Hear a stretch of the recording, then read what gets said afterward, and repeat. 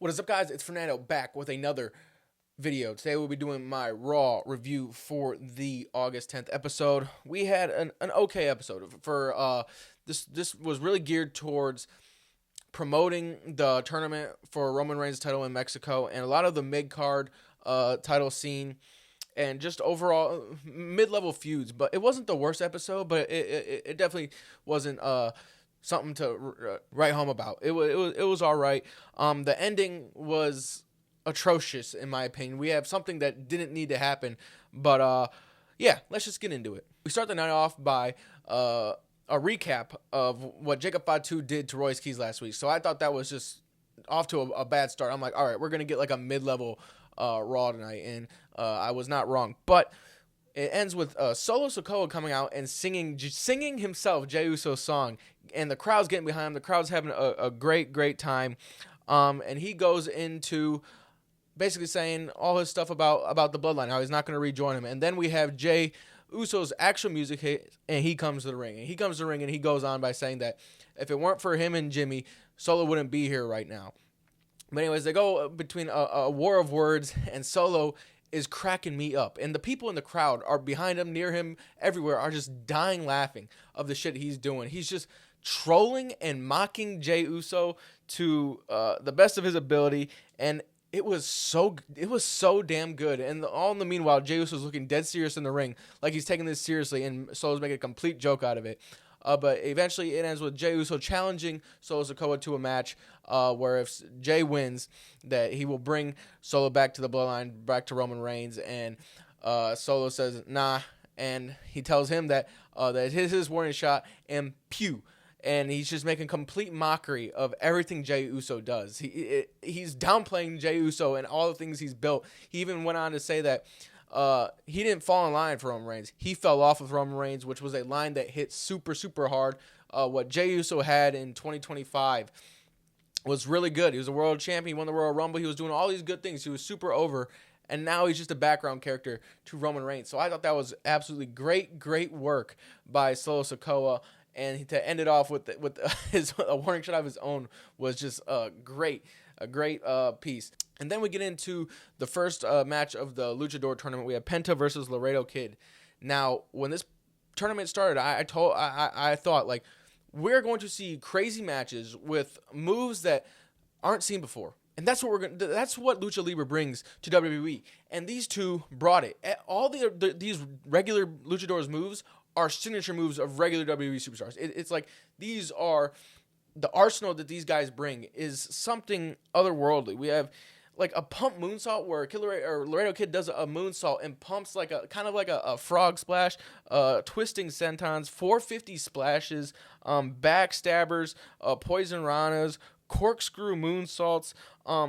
It was crazy. So it ends with Laredo Kid going for a corkscrew moonsault, and Penta moves out the way and then eventually hits Laredo Kid with a Mexican Destroyer to pick up the victory here. Great showing by these two. It had everyone on their toes. They were going 100 miles an hour, and that's what we're going to get with this tournament. And obviously, Penta picks up the win. I think he's like, I'm like 99.9% sure he's going to go on to win the entire tournament and go on to face Roman Reigns. So not too much of a shock value here. The crowd, they seem to get behind it. They seem to enjoy this type of wrestling because it's just something you don't see too often here in the States on the main roster. But overall, just a great showing by these two, and I hope that they can continue to do this, give all the luchadors ample time, and let them display their full arsenal of their full moveset to the entire world, and really promote this AAA, and maybe they can get some viewers from the main roster, and they'll eventually tune into AAA. So great there. And then we're going to get into Austin Theory versus Akira Tozawa. We're going to skip past that match because none of that matters. Don't care about none of this bullshit high school bad boy, bad girl type of feud. Do not care. We're going to get into the end here where they're attacking Tozawa after the match. Adam Pearce and all the officials come and break it up. And we have Braun Breaker going for a spear on Akira Tozawa. But right before he's about to launch for the spear, we hear Obafemi's music hits. And Obafemi does his normal strut to the ring. And he gets onto the side of the ring and is about to enter the ring, and then we have all these officials come in as we about to get Obafemi and Braun Breaker going face to face. And my initial thought was, all right, I thought they were about to get physical, which I was super amped for. But the WWE did a good job. I'll give them this one time. They did a good job teasing it. And they let them get almost as close as possible. And then all the officials came in and broke it all up.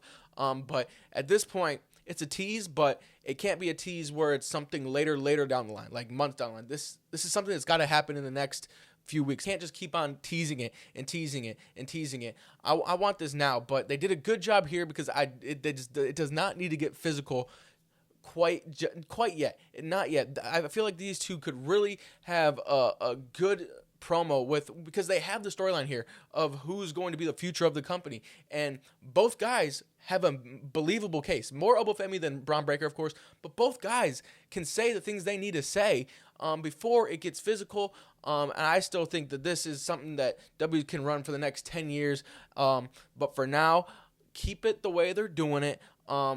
And just in a few weeks, we need this to come, like I said, come to fruition. And these two really go at it because I cannot wait to see these two in a match. And then we get to a promo by Stephanie Vaquera. She basically comes to the ring and she says that she thanks everyone for being back. And then she goes on and she says that she's going to take out the Judgment Day one by one. She says she's going to go take out Raquel, Roxanne Perez, and then eventually gets to Liv Morgan. And she cut a pretty decent promo, a really believable good promo in English. Most of it was done in English, so I'll have to give Vaquera props for that. And then we have, as she's about to leave the ring, we have Becky Lynch come to the ring. And Becky Lynch says, we're chasing the same thing. They both want Liv Morgan. They both want the Judgment Day, and they both want that world title. But Becky says that's her, and she goes on to take shots at Stephanie Vaquera missing some time due to injuries and due to all other stuff. And so these two kind of have a face-off, and as Vaquera's leaving, Liv Morgan attacks Becky from behind, and then Becky gets the advantage, and then we have another face-off between Stephanie Vaquera and Becky Lynch. Just keep running this. Just keep running this. These three women in the main event scene is just going to be so damn good. And the thing I like about Becky Lynch was she kind of she seems more babyface, but she was still able to belittle Stephanie Vaquera, but also in a way putting her up and elevating Stephanie Vaquera to her level. That's the great thing about Becky Lynch is she's able to take talent and elevate it and make it better. That's what she did with the Intercontinental Champion and all those people that she faced for that. And I feel like she can really do that to Vaquera, even though I believe Stephanie Vaquera is already a main eventer with the time off and the lackluster match with Liv at WrestleMania. Her stock took a slight hit, but with Becky Lynch able to bring the words out of Vaquera, give her hype, so to speak, it's a great addition. And then you obviously have Liv Morgan as the champion, being that super villainous, annoying, loudmouth champion. So these three, I feel like, can just really mesh together well and give us some great content. And then we get to a segment backstage. We have Dirty Dom and Dragon Lee and Rey Mysterio. Basically, Dragon Lee's just showing respect to Rey Mysterio. Dirty Dom comes in and asks Rey, why ain't I in the Luchador tournament, as he is the best luchador of all time. Clearly, Dominic Mysterio is the best luchador of all time. Rey goes on to say that, do you want something else? Do you want another thing handed to you? Because that's how you became a jackass in the first place. Rey Mysterio pretty much bullying his son is amazing. It's so funny. But then Dragon Lee and Dominic Mysterio start jawing at each other, and that gets them into a match. And then we go through the match. It was an okay match. I feel like these two could have really done a little bit better. I feel like they missed on some things, but yeah, like I said, nothing too much to talk about. But it ends with Dragon Lee hitting the Operation Dragon and pinning Dominic Mysterio. Now that is the real. People are gonna really question this decision, and I kind of am too. But at the same time, you can't have Dragon Lee lose to Dominic Mysterio the week before he has a match in the tournament for the World Heavyweight Championship. So it was kind of a lose-lose here. I was really hoping WWE would pull some stuff off where Dominic Mysterio got disqualified, or this if there was an ever need for a match to end in shenanigans and a non-proper winner, it's something like this that has no meaning, that no one's really caring about. Like, I'm sorry to say, but that's the truth. And he ends up beating Dom. I don't think it does too much damage for him, but at the same time, the huge difference in the booking between AAA and WWE is crazy. Like the El Grande stuff. Dominic Mysterio is being portrayed as the top heel in AAA. He is a monster. He is like the main event, and here he's just losing random matches to Dragon Lee. It's just so hard because I just don't know what to really think about it. It's a problem. But after the match, Dragon Lee's celebrating, and Big Cass attacks Dragon Lee. Javon comes for the save, and Big Cass ends up whooping Javon too. I'm already starting to see the writing on the wall for this. If this is Big Cass's shtick, is just him being a big bad guy, and attacking all these mid carders, it's just not going to work out. Like, it did nothing for me when he tracked Dragon Lee, and then you have Javon, who's going to get stuck into this feud for months and months and months, who I thought was a main eventer in the future. I just don't like it. I don't really see where Big Cass can fit into this roster or into any storylines with WWE in 2026. I don't want to be that guy, but I can only say what I see, and that's what I see. Then we get into two backstage segments. Sol Ruka has an interview with Byron saying that she's found her partner, and the camera pans over, and we have Danhausen. He says he accepts. He's willing to come in and be her partner for a small discount of some human monies, and Sol says no. And this is the way that Danhausen works the best, and I'm glad that hopefully they're trying to push him away from the Judgment Day and all the women's world title scene, because I don't know why he was so involved in that in the first place, but he did good work. But it was just a great funny segment for him trying to get revenge on the Judgment Day. And then we get into an LA Knight and Jacob Fatu heated segment in the back where LA Knight says to Jacob Fatu, like, do you have the green light from your daddy, Roman Reigns, to hit me, because you can't lay a finger on me?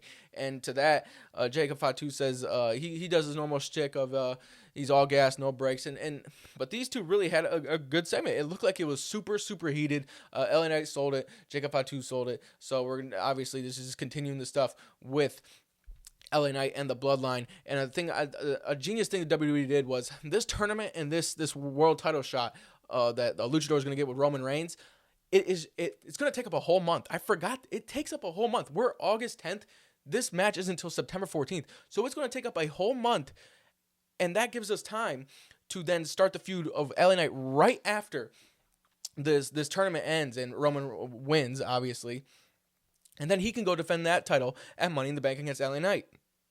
So the great play that I didn't even realize till tonight the WWE did. So they're probably just going to continue this LA Knight stuff of him provoking and instigating the Bloodline for the next few weeks until the tournament over. So if that's the type of LA Knight stuff that we get the comedy, the instigation, the funny laughs, I'm all for it. Then we get to the tag team match between Sol Ruka, Io Sky, and Raquel Rodriguez and Roxanne Perez. This match was so damn good. These women were flying around everywhere. Everywhere you looked, everywhere the camera panned, there was something going on, and they were hitting their spots to the T. It was so good. There was great tandem offense by both Raquel Rodriguez, Roxanne Perez, Io Sky, and Sol Ruka. It was so entertaining. It was fun. Like, the Roxanne Perez and Raquel Rodriguez have been putting on bangers lately for just absolutely no reason. Just no reason. And then Sol Ruka, you add her into the mix, and when she's on, she is on. She did great. She's so fun to watch. And then obviously you have Io Sky, who is just top tier. So fun, just so fun. But anyways, Sol Ruka and Io Sky pick up the victory after Sol Ruka hits a Soul Snatcher on Roxanne Perez. And this makes me think that we're gonna get we're building the mid card here to something of substance. We because we have Sol Ruka, we obviously have Roxanne Perez and Raquel Rodriguez. Raquel Rodriguez being the champion. They had a backstage segment with Lyra that was really, really funny. Io cracked me up. She basically asked, like, in her broken English, what's wrong with her? And Sol Ruka supplied maybe she needs some sleep or something. And Io said, ew. That was so damn funny. So we have Lyra, Sol, the Judgment Day, and I'm starting to question, is Io could potentially be in the Intercontinental scene? I would love to see that, because we have two heels. We have Sol Ruka as a babyface. Why not addition of another babyface in Io Sky? And if that main event scene is loaded with Valkyrie, Liv, and Becky, just have Io be in this mid car scene, and it's not gonna hurt anyone to get pinned in this whole scenario as it's in the mid card. So this whole segment of the show with these four women, which is great. And then we get some more tension between Braun Breaker and Paul Heyman. Braun Breaker basically goes to Paul Heyman and presses him, saying, do you think Oba Femi is the future? And Paul Heyman's avoiding the question, and he eventually tells Braun Breaker, like, I'm starting to think that you think Oba Femi is the future, and kind of basically saying, like, what are you going to do about it? And I'm hoping, like, I don't see this too much between Braun Breaker and Paul Heyman. Like, I'm not sure what we're supposed to be making of this, but if this is what ticks off Braun Breaker enough for him to finally just go full force at Oba Femi, start this feud up, I'm all for it. I'm not sure where Paul Heyman is going to align himself with, or who he's going to align himself with. But if this is in any way going to ignite this feud between Braun Breaker and Oba Femi, I'm all for it. And this is where we get to they were doing so good. WWE was doing so good, and they threw the whole show in the trash, in my opinion, for this moment right here. We have Solo Sikoa versus Jey Uso. It was an okay match. They're going back and forth. I'm like, all right, Solo's gonna win, right? The crowd is cheering Solo the whole time. Their Solo is so over. The way he's working in the ring, he's talking shit, and he's bringing that character from the mic into the ring, and people are just falling in love with him.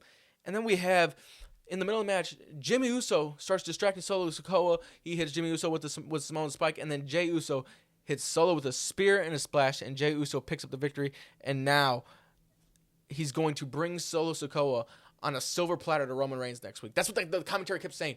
He's going to hand deliver Solo Sikoa. Like, that is the stupidest, most retarded decision I've ever heard in my life. What is that? Hand deliver a superstar. I'm going to hand deliver a superstar. Solo is the next big thing. He is so over. He is an act of his own. He is solo dolo, as he puts it. And they're going to hand deliver him to Roman. Jey Uso of all people, the most unserious, goofy character who nobody takes serious anymore. Like Solo said, he all that stuff's in the past. He's going to hand deliver Solo to the Tribal Chief. The one thing everyone was praying for was, all right, we're starting to like Solo Sikoa. Let's not have him get back involved with the Bloodline. And WWE does it. They say he's pretty much going to be part of the Bloodline. My only hope is that Solo can be so defiant and find his way out of this, where he gets hand delivered, he ends up Samoan spiking Roman next week or something. WWE, please save this. Do not let Solo Sikoa be part of the Bloodline. The Bloodline, in my opinion, is what ruined wrestling. What's made the shows so boring in years and years past. And then we're just going to throw Solo Sikoa, overact, someone who's gotten so much love, right back into that as a faction. No, that's just not going to work. Should not work. Hell no. Oh my God, this made me so fucking irate. I am so serious. This was one of the worst decisions ever. Please, WWE, pull it Uno reverse, do something, fix this. But anyways, besides that, the rest of the show, it was okay. Some good wrestling, some good spots. But yeah, like I said, mid-level show. But it's whatever. I will see y'all next time. I'll be uploading some possibly some NFL content coming here soon, but for sure I will see you on Friday for Friday Night SmackDown. So take care and have a